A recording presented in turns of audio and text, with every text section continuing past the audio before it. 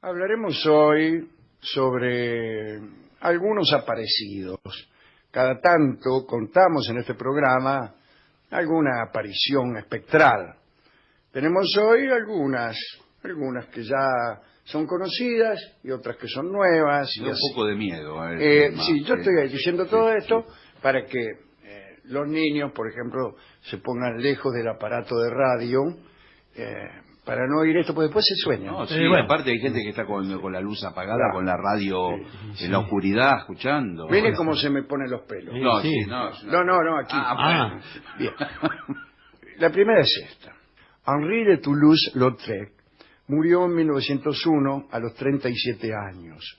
Según algunos testimonios, su fantasma anduvo paseando por ciertos lugares.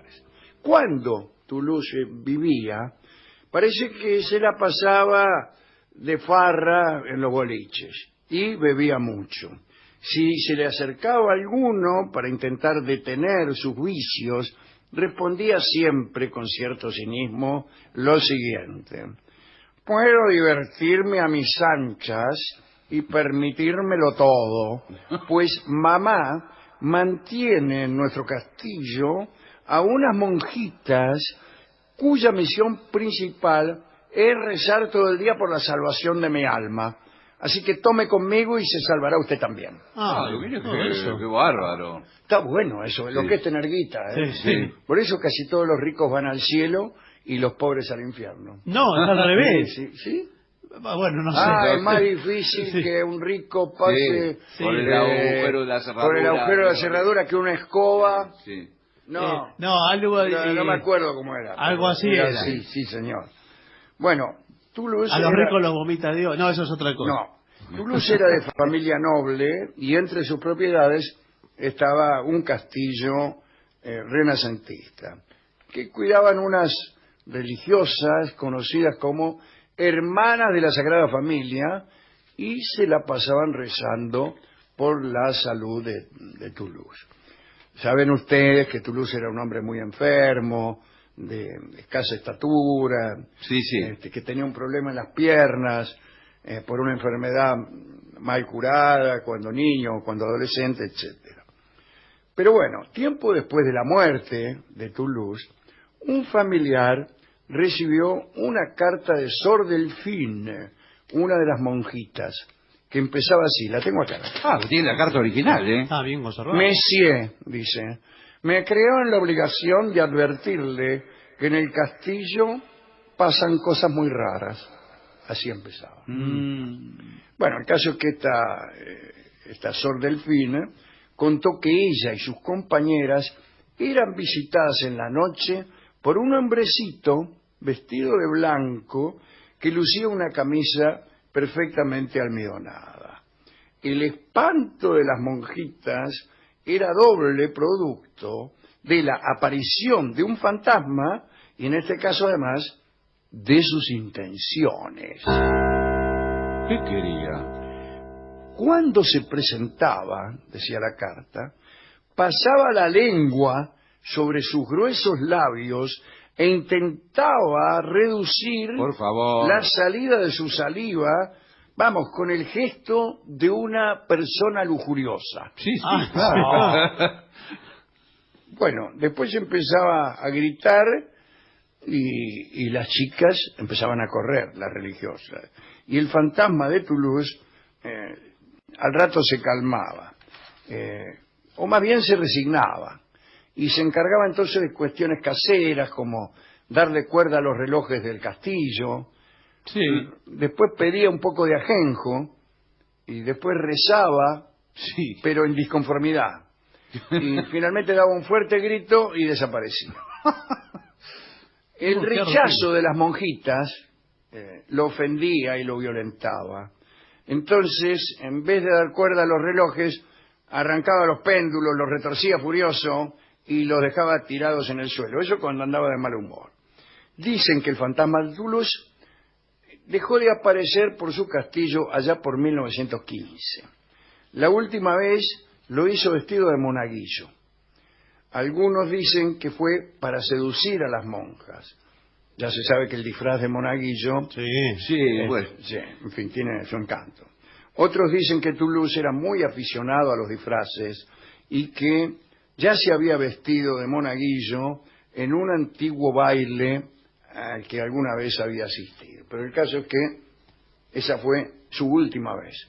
Ya No no apareció no más. aparece más, lamentablemente. Ah, Segunda historia. Donna Olimpia Pamfili fue una mujer aborrecida en tiempos de la Roma barroca. Era muy mala y muy avara.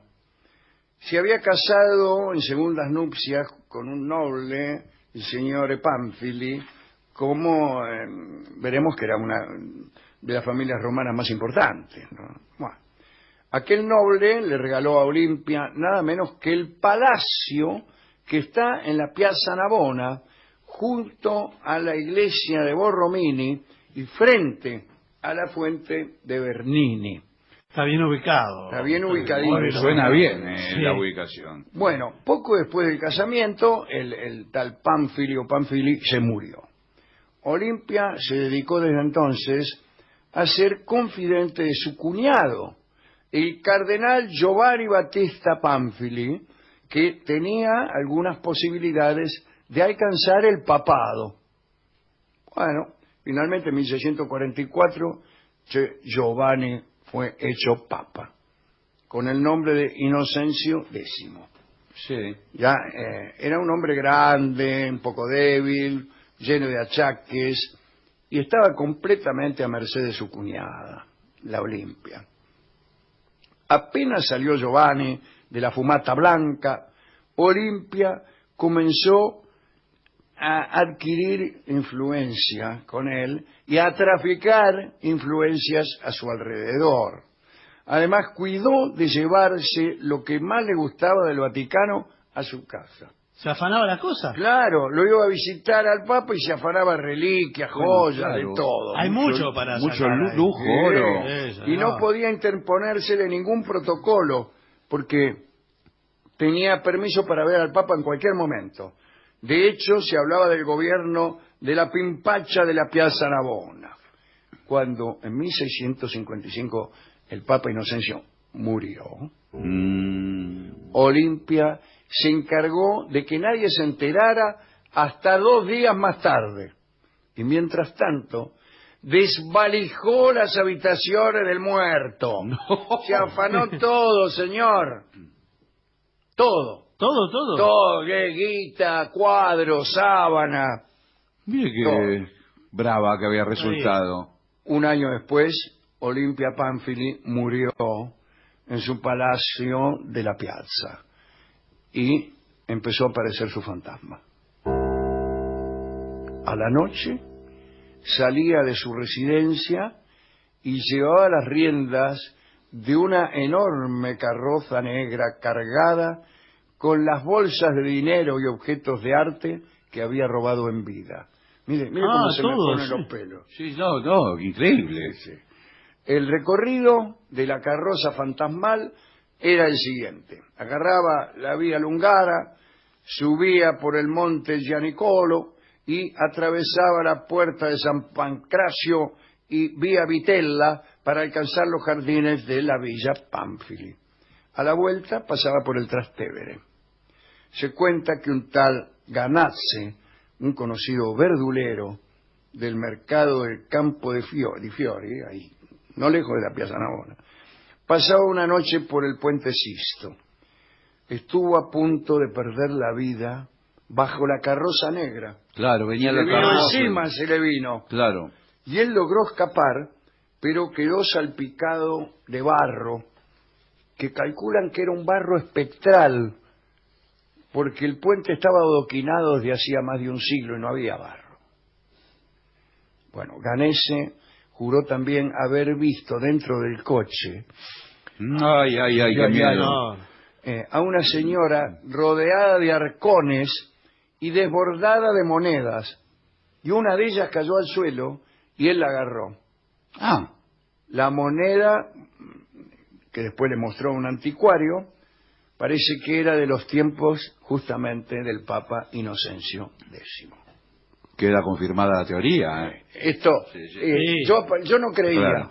pero a partir de este momento me voy a convertir al budismo. Bueno, No, bueno, es que sí. tiene que ver el budismo con todo. Parece que nada conseguía tener a Olimpia alejada de su tesoro, ni siquiera la muerte, y continuaba transportándolo eternamente de uno a otro de sus palacios por miedo a que se lo pudieran arrebatar.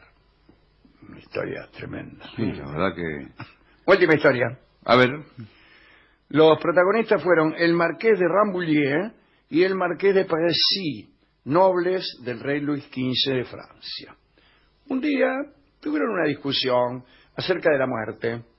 Se prometieron mutuamente, con alguna ironía, que el que muriera primero de los dos volvería a dar noticias al otro.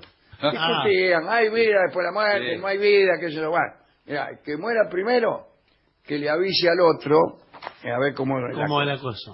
Tiempo más tarde, el marqués de Rambouillet partió para Flandes, entonces en guerra, y el marqués de Parisy, que estaba enfermo, se quedó en París.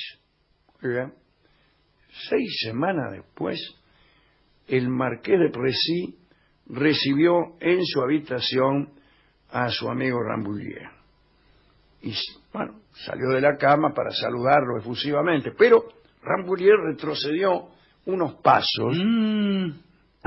qué raro. Qué cosa, ¿no? Mientras le decía que había ido hasta allí para cumplir su palabra. Dijo que estaba muerto, Uy, uy, uy, uy. que llegaba para darle noticia de su estado espectral. Después sí, se esforzó para abrazar a su amigo, pero no lo consiguió. Y luego Rambouillet, al ver que su amigo no creía en sus palabras, le mostró su herida, la herida a causa de la cual había muerto, que aún parecía sangrar. Y poquito más tarde, Rambouillet se esfumó en el aire. Días después, de Parisy recibió por correo la confirmación de la muerte de su compañero. Oh, Dios. Ahí está. Entonces había vida después de la muerte. Claro que sí, señor. Claro. Ahora Se ha llenado creemos. de- Se ha llenado de Parece fantasmas. mentira los años que pasamos sin creer. Sí, no hay que preguntar tanto a los fantasmas, ¿eh? No, bueno, ya No, salió. usted déjelo. Si no creen esto, no creen No, nada. no, bueno, déjelo ahí. Hemos ido al discotecario, que muerto de miedo. Y sí, aterrorizado. Sí, se metió dentro de un armario. Y nos dio el disco que se llama El fantasma de Canterville. Por Sui sí. Generis, Sui Generis. la clásica versión. Sí, Ah, sí. bueno. Está bien, es un tema apropiado. Sí, sí. Sí, pero yo no puedo continuar. No, bueno, está bien, no puedo. señor. Entonces pongamos la música. Ay,